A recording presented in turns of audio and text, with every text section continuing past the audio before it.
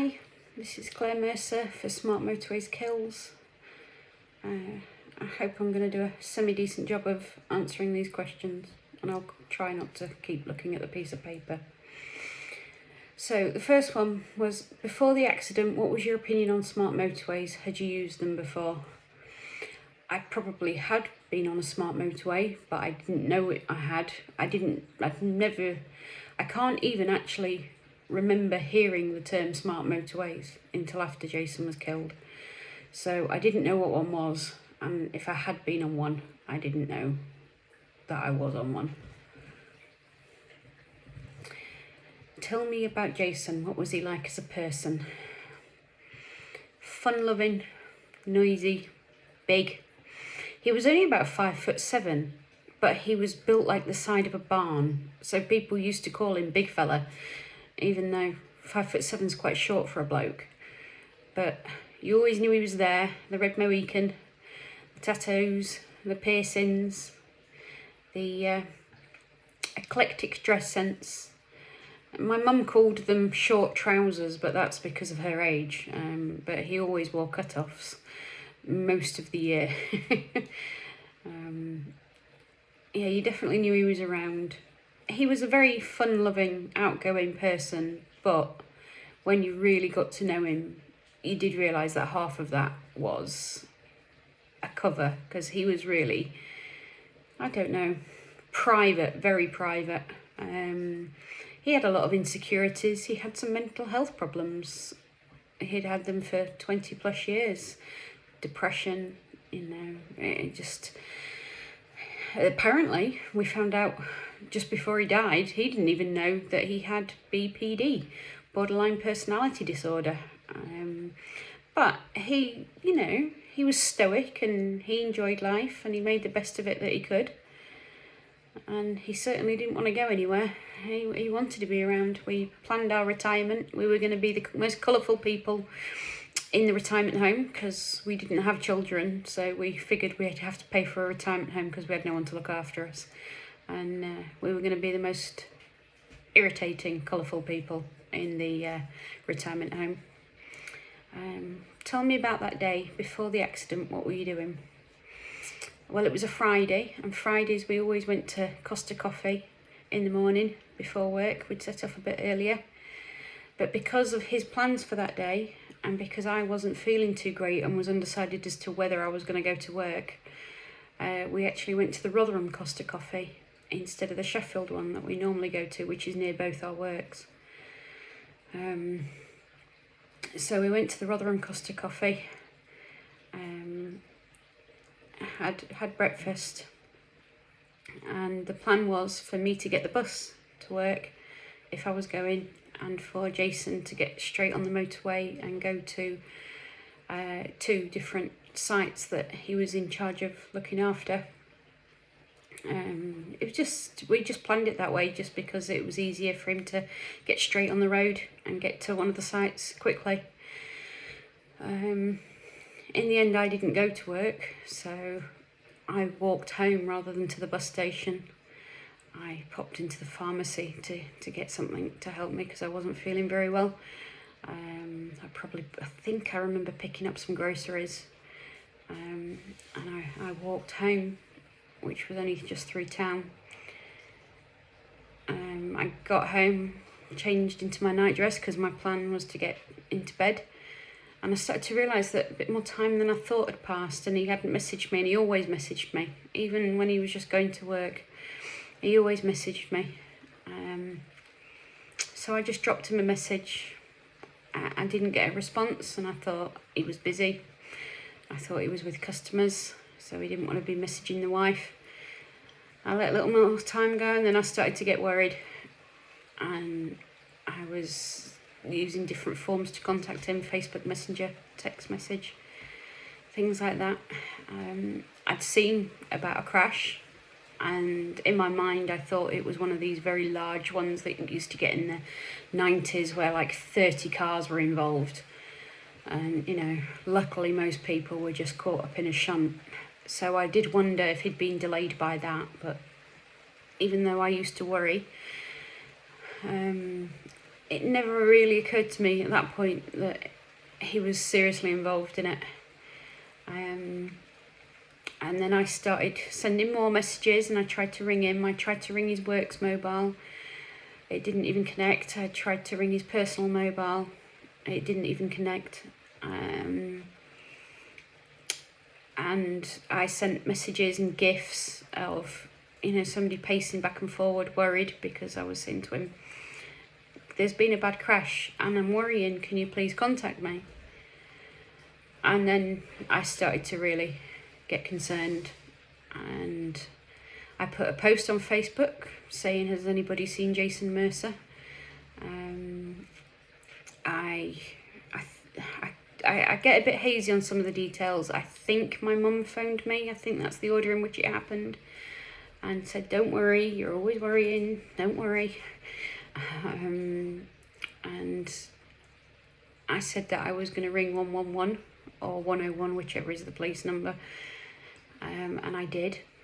And I was starting to cry by this point, but I was still managing to talk. And I told the operator what I thought was the problem. I said, I think my husband's involved in that crash. And she said, why? And I said, because I cannot contact him. Oh, I'd also phoned his firm. They'd not heard from him. They'd not had any reports from site, which they were expecting. And I told the police operator that. She asked for the car reg number, which the only reason I knew the answer to was because it had only been delivered 4 days before. And when it had been delivered to his firm, he sent me a photo of it. So I had a photo of the car because he'd only received it 4 days before. So I told her the reg plate, and she said, I need to put this through the system and ring you back. Well, I've never had to report my husband potentially in a car crash before. So I thought it was a little odd, but I didn't challenge it, and I was just dismissing her by this point. I thought, she's just pushing buttons. She's not getting the urgency of this. So I just hung up on her. And I phoned my brother, who works at Sheffield Northern General Hospital. And I was, my plan was to say to him, get to A&E, because I think Jason's in A&E. I think he's been hurt. But a very large hospital is a terrible place for a phone signal.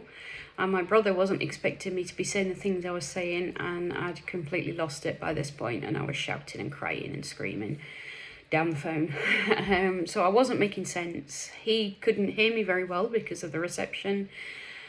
And I just wasn't making sense, and I was pacing up and down and crying, and I turned around and I could see 2 police uniforms through the front door, and I just said to my brother, the police are here. And I opened the door, still on the phone to him, and said, is he alive? And the male officer said, let's go in. And I said, is he alive? And he said, come on, let's go in. And I said, is he alive? And I wasn't meaning to be obstructive, but my brain had just switched off, and I was just stood in the middle of the doorway, and they couldn't get past me and they couldn't move me. And he just said no. And I fell on the floor. And I said down the phone to my brother, Jason's dead.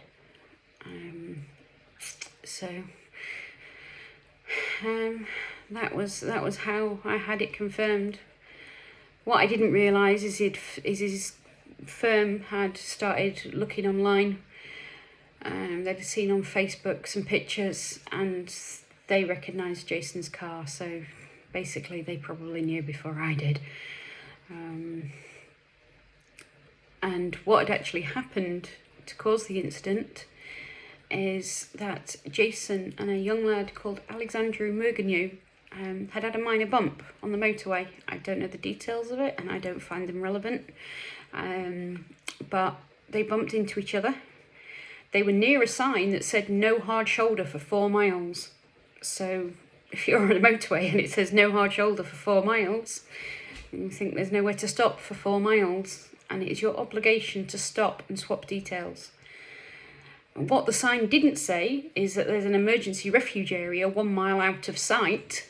It just said there is no hard shoulder for 4 miles. So they pulled over as far as they could, which was the verge but it wasn't wide enough for either vehicle, and so they were still hanging out into lane 1, which was a running lane. They got out their vehicles to swap details.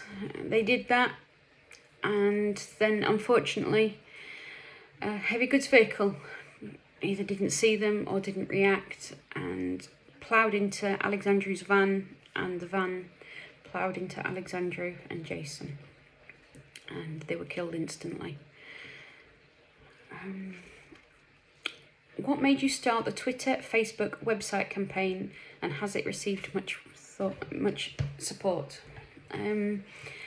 For 2 weeks I was completely numb. I couldn't comprehend anything, I couldn't take things in, but I just kept hearing this term, smart motorway. I think it was my older sister I heard say it first. She said it's one of them bloody smart motorways, and I just kept hearing it, and in the end I just thought, what is a smart motorway? I thought this was just a tragic accident. And I started to look into it, and I realised that they were this thing that we didn't know anything about.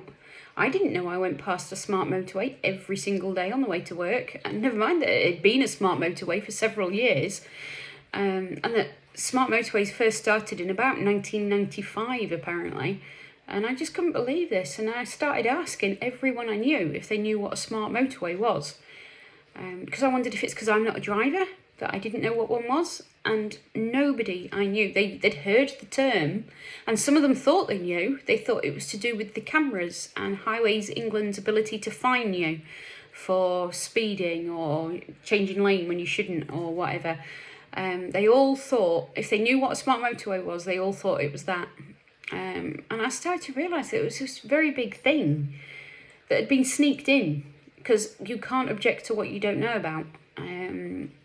And I realised that if it happened to my husband, it had happened to other people. So I looked into it more, and my family are very active politically, and if they don't agree with something, they fight for change, and I've always tried to be the same. And I honestly, you see so many people on the news saying, we just don't want this to happen to anybody else. And now it's me, because because when I hear about another one, or I've met loads of people, we've got this group together now, and we've all lost someone, and my heart breaks for them. I've lost my husband, but I always think about the others. I think, Simon lost her mum, Sam lost her partner, Matt lost his dad, and you think, how terrible. And I think it's a way of coping, because you think how bad it is for other people, and you really, really don't want anybody else to go through this. I thought my whole world was going to end. I just didn't know what to do. And I went from one extreme to the other. I just either slept, which is not something you hear about in grieving, but but apparently it's quite common, but I just either slept. That first night, I just went to bed. I was taken to my mum's, and I wasn't allowed to be on my own, and I was put in bed, and I wouldn't even call it sleep. I just switched off, and I switched off for about 8 hours. The next morning I got up and asked my mum if it was all true, and she said yes. And I shook for 6 weeks. I actually shook for 6 weeks. They had to get me on some medication as quick as possible so it'd kick in. I lost nearly 2 stone in weight from just shaking. And like I keep saying, you just don't want other people to go through this. I am stubborn. I am bullshit. I can get angry. And not everyone's like me. Some people are much more laid back. They're much more sensitive. They're much more gentle. And it damn nearly killed me. So it would kill other people. And yes, we get a lot of support. We get an awful lot of people contacting us saying, I didn't know what this was, or this happened to me. I mean, on the year anniversary of Jason's death, we had a family contact us and tell us that they had a similar incident with 5 members of the family in one car. and the youngest just 9 years old. I mean, luckily they all survived, but a lorry ploughed into them within 30 seconds of them stopping due to an engine fault. And the lorry ploughed into them, and the pictures of the car, I can't believe anybody got out of that okay, never mind all 5 of them. So, and we get an awful lot of comments like that and contact like that, and we get a lot of people that are very passionate, and they message our campaign page on Facebook and Twitter, and we've got a website with an email address. And I've done a lot of radio shows and TV and newspaper articles, and we've had a lot of good feedback on that.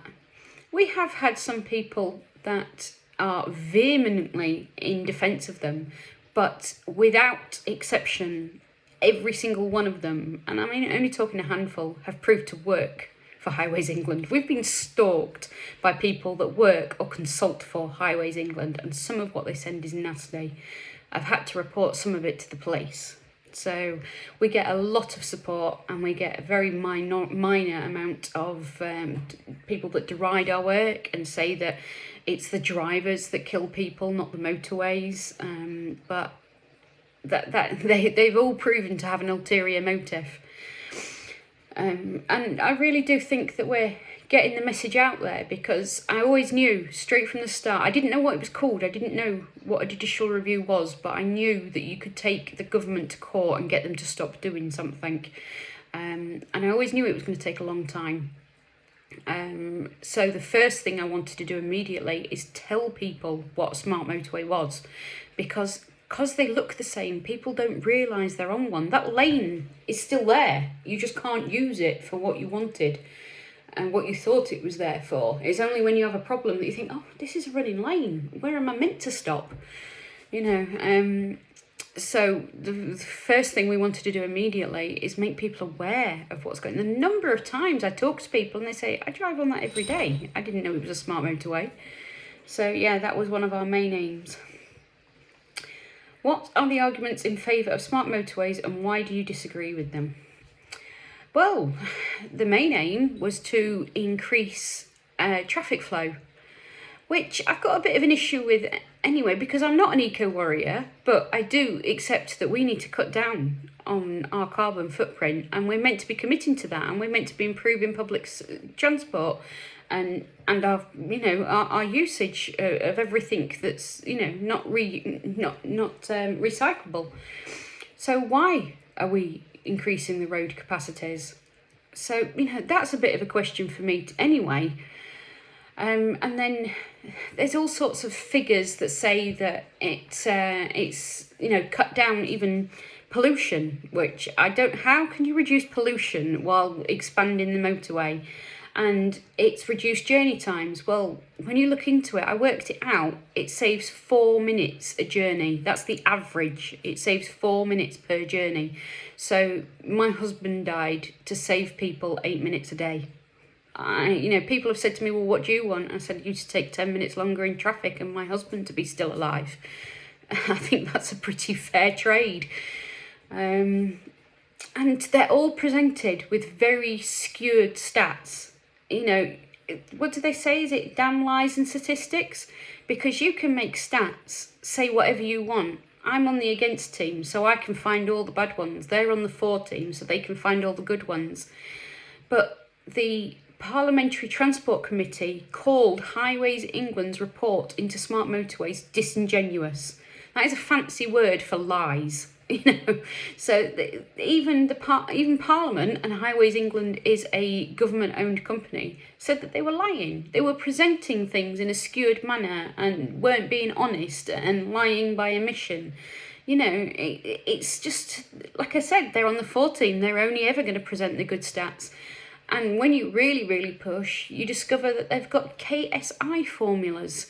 They actually allow for a set number of killed and seriously injured. There's what they class as an acceptable number of killed and seriously injured on these new roads, and they work it out per mile. So my husband was just a stat to them, and I'm not accepting that. He was a larger than life real figure. I'm an identical twin, And he was my other half, not my twin. Him. He was my other half. He's not a stat. He's not a formula. He's not collateral damage. And neither was Alexandria Mergenu. And neither was Dev Naran, Derek Jacobs, Nargis Begum. You know, there's so many of them. There's apparently been 44 people in just the last 5 years killed on smart motorways. And it just beggars belief that they were even allowed.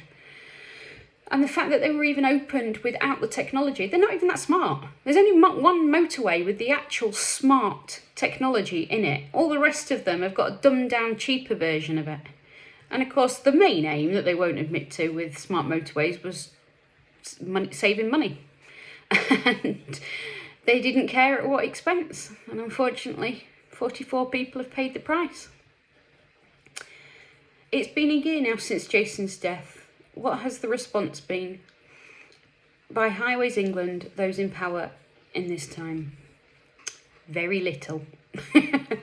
Highways England have never contacted me. They've sent a few sound bites by way of the press saying one death is too many on our roads and blah, blah, blah, blah. I actually just quote it back to the journalists now when they start reading at me. But they've never actually contacted me in person, and they're known at inquests and trials, they're known for being very, very standoffish. They actually sat within touching distance of the mother of one of the smart motorway victims. He was 8 years old, and they didn't even acknowledge her. They talked about her, they talked about her son to the judge, to the coroner, and they never even acknowledged her. Grant Shapps phones me. He's got my mobile number. He's phoned me a couple of times.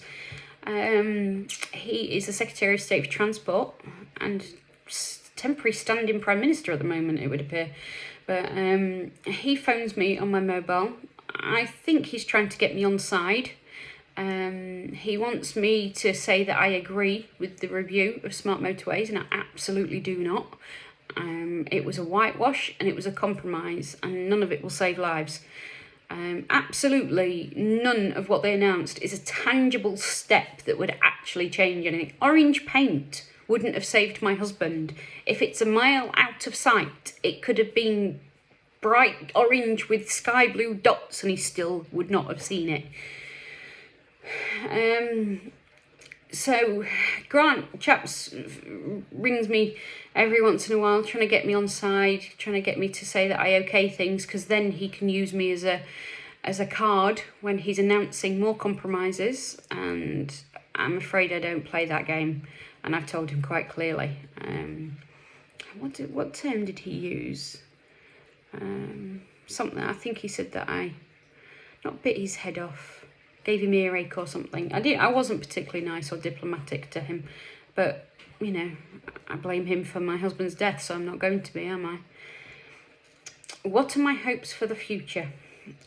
That we succeed in getting smart motorways banned.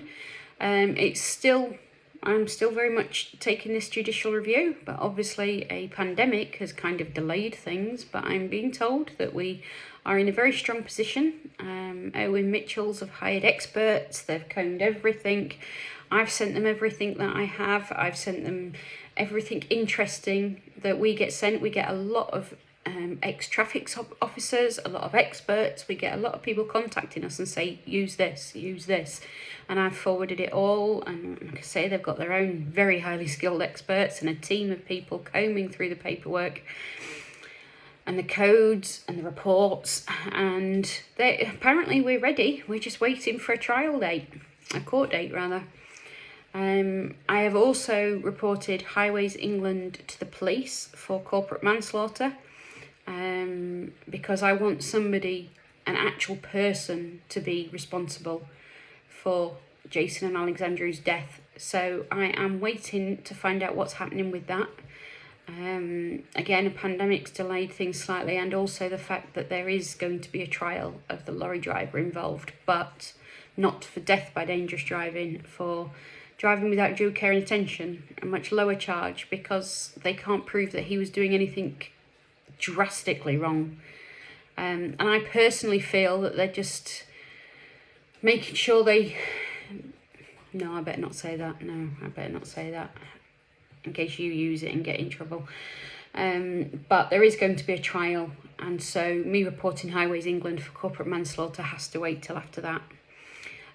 We are also taking a disability discrimination case against Highways England because we get so many people contacting us saying I'm disabled or I'm the carer for someone that's disabled, and we didn't use them because, you know, able-bodied people are put in massive danger by these roads. So if I get stuck, you know, I don't stand a chance. And that is what disability discrimination laws were brought in to stop. They have made no allowances for disabled people, for people with children, for bad weather, for bad light. So, you know, they've made no allowances for anything, but particularly disabled people. And my own father drove a specially adapted vehicle that he could drive his powered wheelchair into the back of and through the vehicle and into the driving seat, well, the driving position. And if he'd had to stop on a smart motorway, he'd have had to release the brakes to move his chair, reversed through his car, put a tail lift down and driven backwards down a tail lift on a live lane. I mean, it doesn't bear thinking about. So that's what I hope happens in the future. I mean, we're still pushing the campaign. We do need help with funding. If you go to the Facebook page, Twitter page or website of Smart Motorways Kills, you'll find the crowdfunder on there that's helping to pay for all the legal work.